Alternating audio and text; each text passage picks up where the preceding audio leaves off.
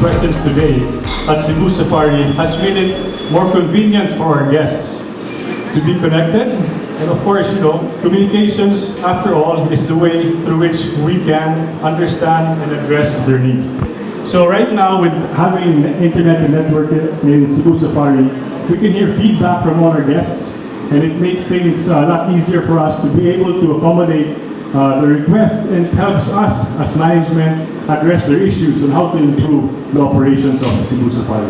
We wanted to be here, okay? We want to be here. We make sure that we also deliver our customer promise.